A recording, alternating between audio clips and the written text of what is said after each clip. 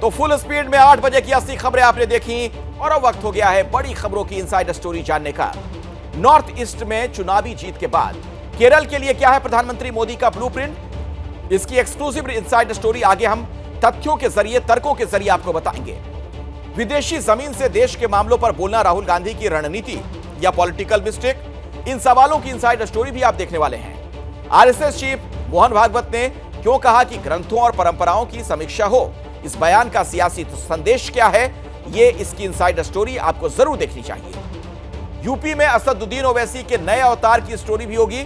आखिर बुलडोजर में धर्म क्यों दिखता है, ये इनसाइड स्टोरी आपको सियासत का अलग एंगल बताएगी।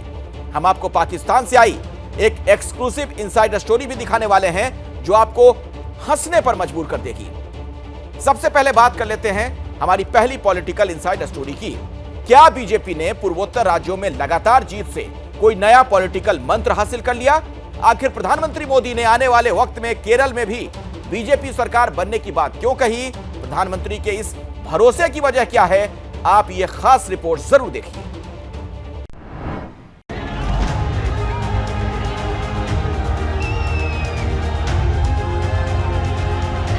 मैं त्रिपुरा, मेघालय और नागालैंड की जनता का सर झुकाकर वंदन करता हूं।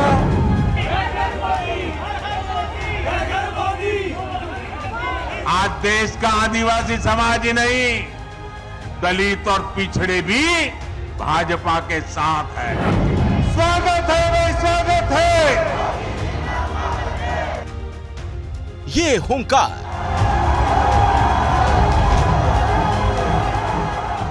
ये कॉन्फिडेंस, मुझे विश्वास है केरला में भी भाजपा गठबंधन की सरकार बनेगी। ये पूर्वोत्तर के चुनावी जनादेश से निकला आत्मविश्वास है। ईसाई आबादी की बहुलता वाले नॉर्थ ईस्ट में अपना झंडा गाड़ने के बाद प्रधानमंत्री मोदी का अगला चुनावी टारगेट केरल है। मुझे विश्वास है कि आने वाले वर्षों में भी जैसे नागालैंड में हुआ है, जैसे मेघालय में हुआ है, जैसे गोवा में होता रहा है, केरला में भी भाजपा गठबंधन की सरकार बनेगी। केरल में चुनावी जीत की ख्वाहिश का सूत्र छिपा है पूर्वोत्तर के राज्यों में, जहां बीजेपी ने कई मिथक तोड़े।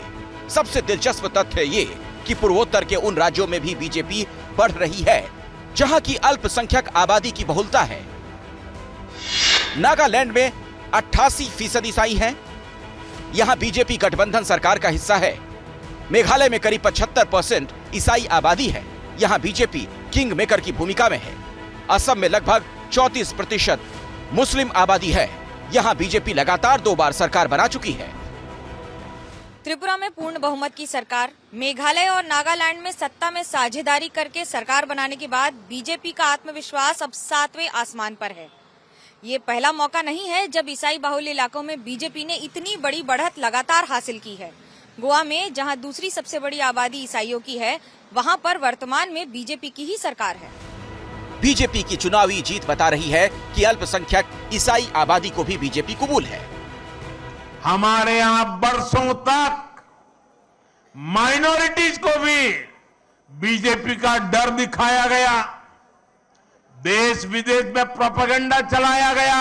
आज देश का आदिवासी समाज ही नहीं, दलित और पिछड़े भी भाजपा के साथ है।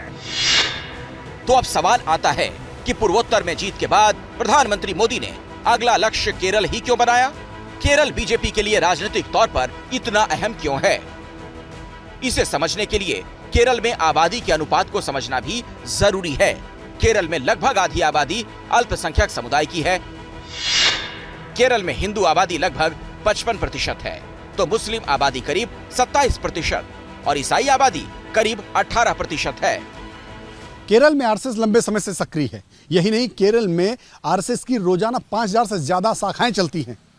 लेफ्ट के कैडर और आरएसएस के कार्यकर्ताओं के बीच हिंसक झड़प का खूनी इतिहास लंबे समय का रहा है। आरएसएस लंबे समय से ईसाई आबादी को अपने साथ जोड़ने में भी जुटा है। करीब 2 महीने पहले ही आरएसएस की संस्था राष्ट्रीय ईसाई मंच ने देश भर के चर्च के पादरियों और ईसाई नेताओं के लिए दिल्ली में एक भोज का आयोजन किया था। इसकी मेजबानी की थी मोदी सरकार के अल्पसंख्यक कल्याण मंत्री जॉन बर्ला ने।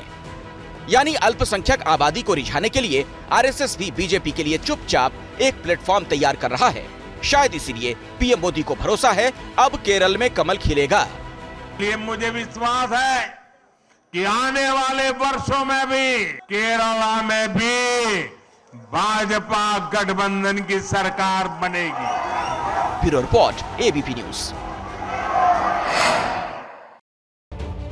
दरअसल एक बड़ी राजनीतिक घटना है, इसकी इनसाइड स्टोरी समझते हैं। हमारे सहयोगी नीरज पांडे हमारे साथ जुड़ गए हैं। नीरज, अगर अल्पसंख्यकों का साथ भी अब इस तरीके से बीजेपी को मिल रहा है तो क्या इसे एक बड़े शिफ्ट के तौर पर देखा जाए और इसकी क्या है अंदर की कहानी?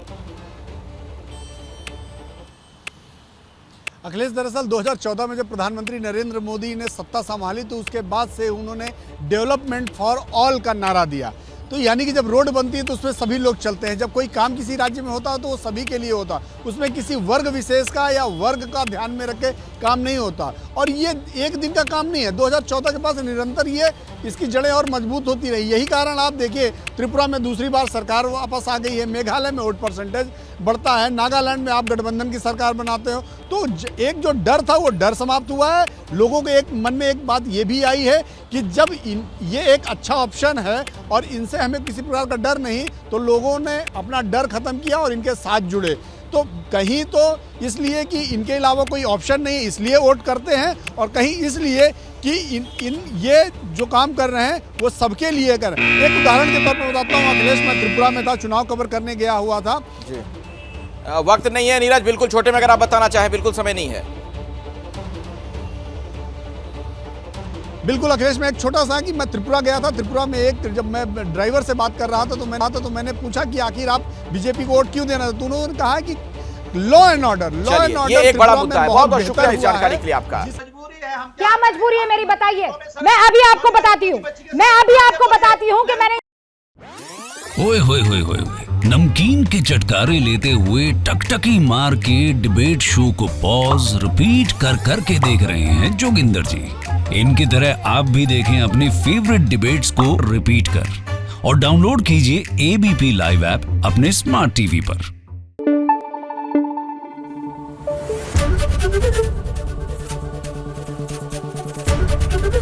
एबीपी न्यूज आपको रखे आगे।